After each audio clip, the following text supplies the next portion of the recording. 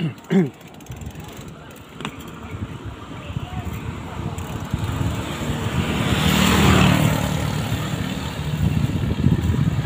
ako ngayon, sakaling umabot ako ng 30 kilometers. Medyo maganda dahil bagyang maambon, medyo malamig ang umaga.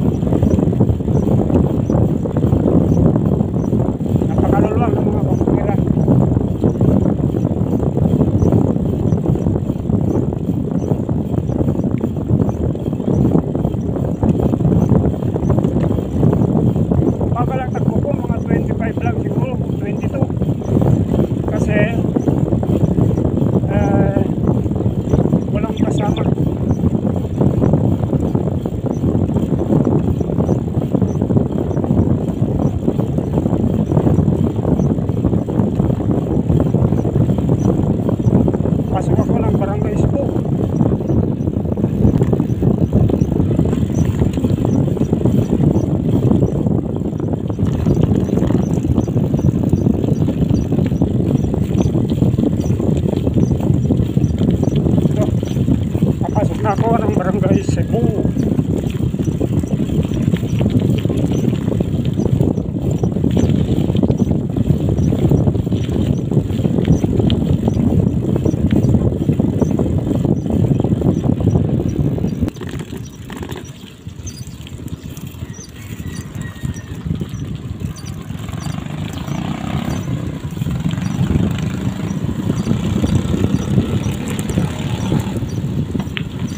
Ito na ang sentro ng Barangay Cebu. Malaking barangay ito. At maganda rin.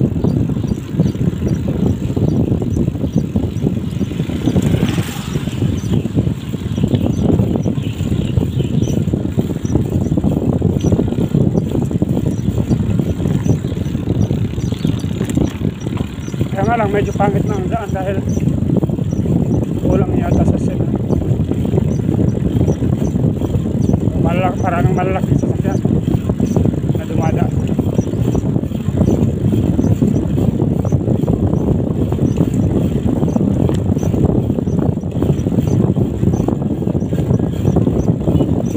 Medyo basa-basa ang kalsada kasi umambon, kaya medyo malamig, kaya masarap magbike.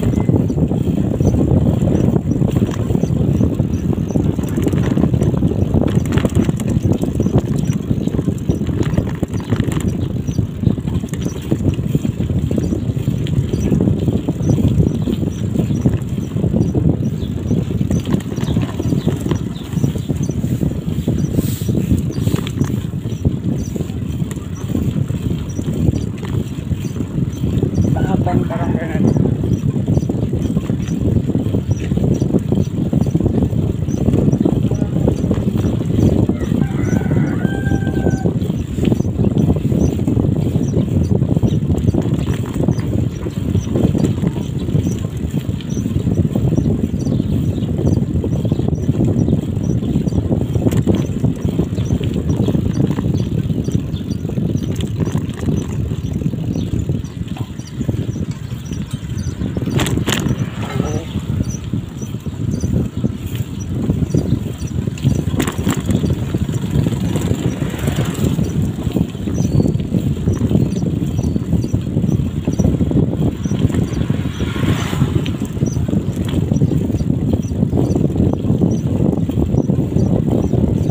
Maraming aso sa daan kasi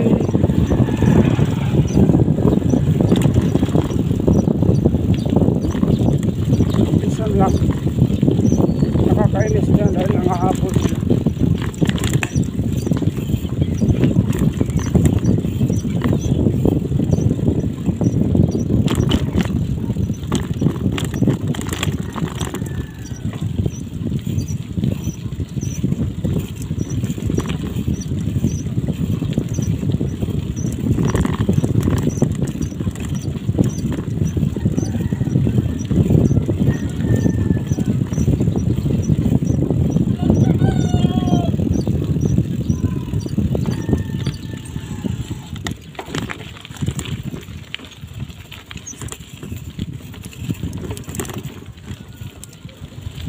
Okay, so pakalabas na ako ng Barangay Cebu.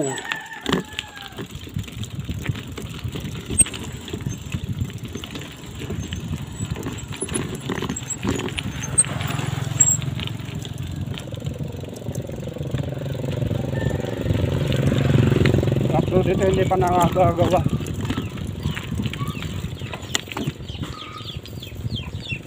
Ayan, pasok ulit ako sa isang barangay. Babalik ako kasi naligaw ako. Dead end pala ito. May dead end pala ito doon sa dulo.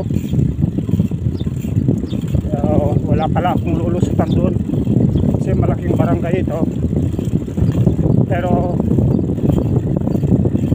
dead end pala sa dulo. Kaya babalik ako para dadaan ako sa ibang daan.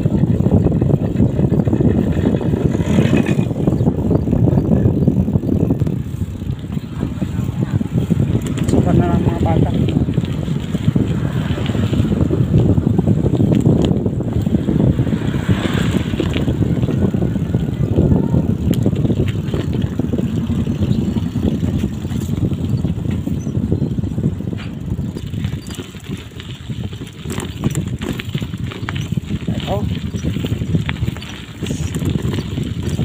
ko ngayon ay puro rough road daw ito.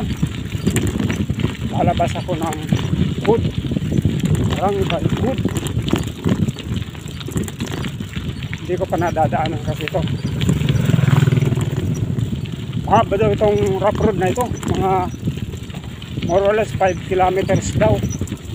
Pero ginusto ko pa rin dumaan kasi para makakita ko at makipakita ko sa inyo ang mga kapatiran naman ng wood.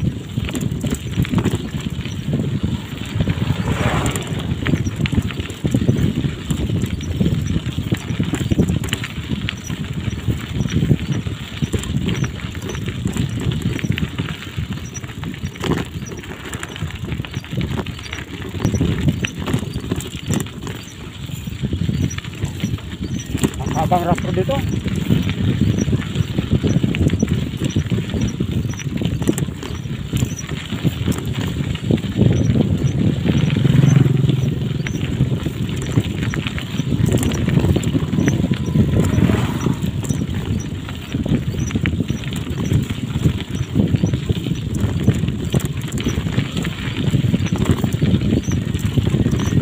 Hindi naman kahit na rough road ngayon kasi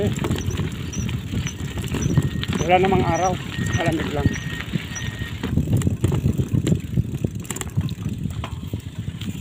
So dito ako sa mga pinabaybay ko itong irrigation ngayon kasi naligaw na ako ng daan, pero okay naman daw ito, lulusot doon sa pupuntahan ko.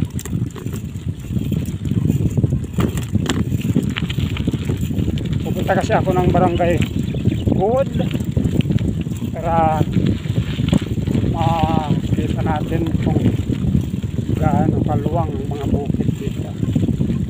So, ito, ihinto ko dito para ipakita ko sa inyo ang kagandahan ng mga bukid dito.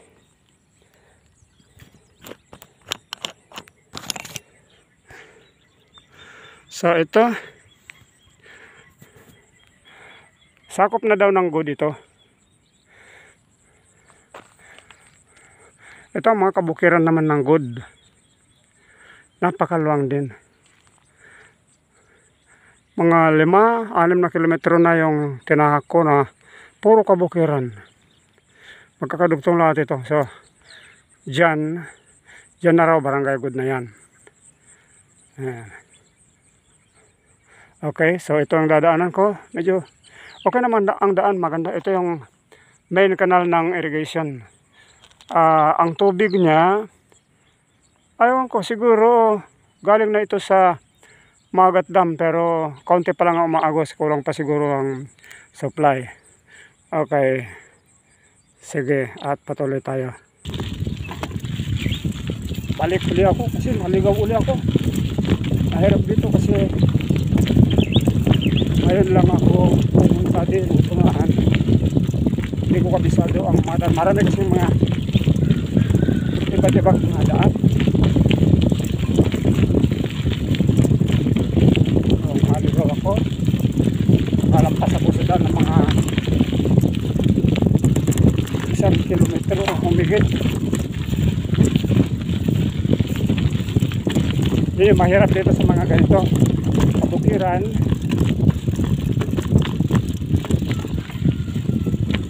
Dahil ang daan. So ito na yung daan.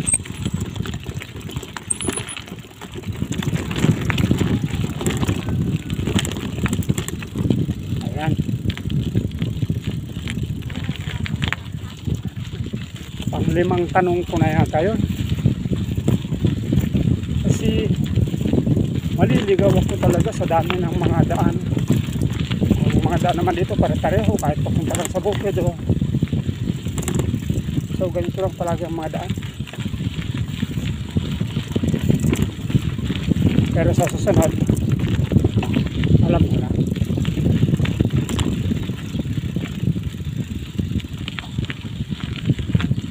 Parang ito na lang yung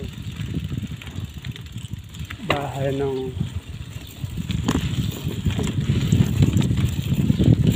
guys. So ang daan dito, Wala namang ako din kasi puro mga kabukyan ito. So walang bundok dito. Puro mga kapanagan. Wala ang daan. Talagang makato talaga. So, ang 6 na tanong ko na yun.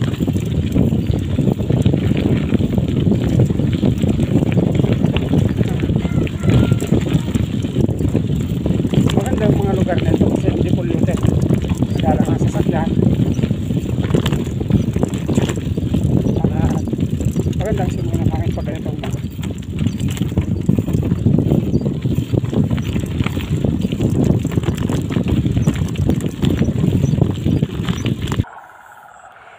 Kasi dito na ako sa kabukiran ng Good. Ito. Doon sa bandaron, parte ng Cebu. Ito dinanan ko. Ito ay Good lahat. Doon naman sa bandaron, parte ng Rizal. Then, Good lahat ito. Doon sa bandaron, Maring Gomez, Patanad. Doon sa bandaron, Villaflor. At saka doon naman sa Gawiron, Nagbukal. So ito lahat isakop ito ng Barangay Good. Napakaluwang ng mga bukid dito. Ilang beses akong naligaw at ilang beses akong nagtanong. Kaya tumagal ang biyahe ko. Almost 2 hours na ako. More than 2 hours na yata ako. Tama, more than 2 hours na. Pero hindi pa ako nakakarating. Yung nabaybay ko mga nasa 25 kilometers pa lang, more or less. So, patuloy ako.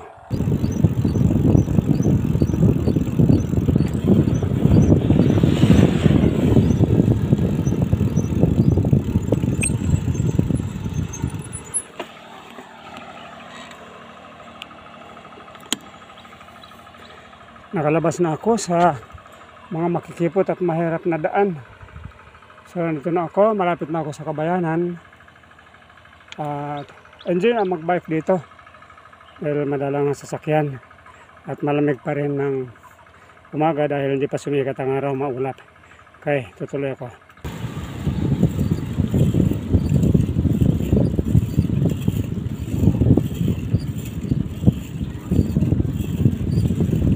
Okay, so malapit na ako sa bahay.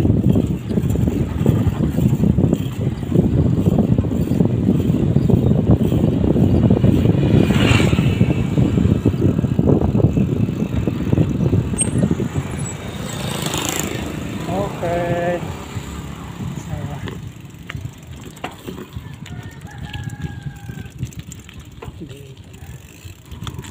Hi Gavin, good morning. Okay.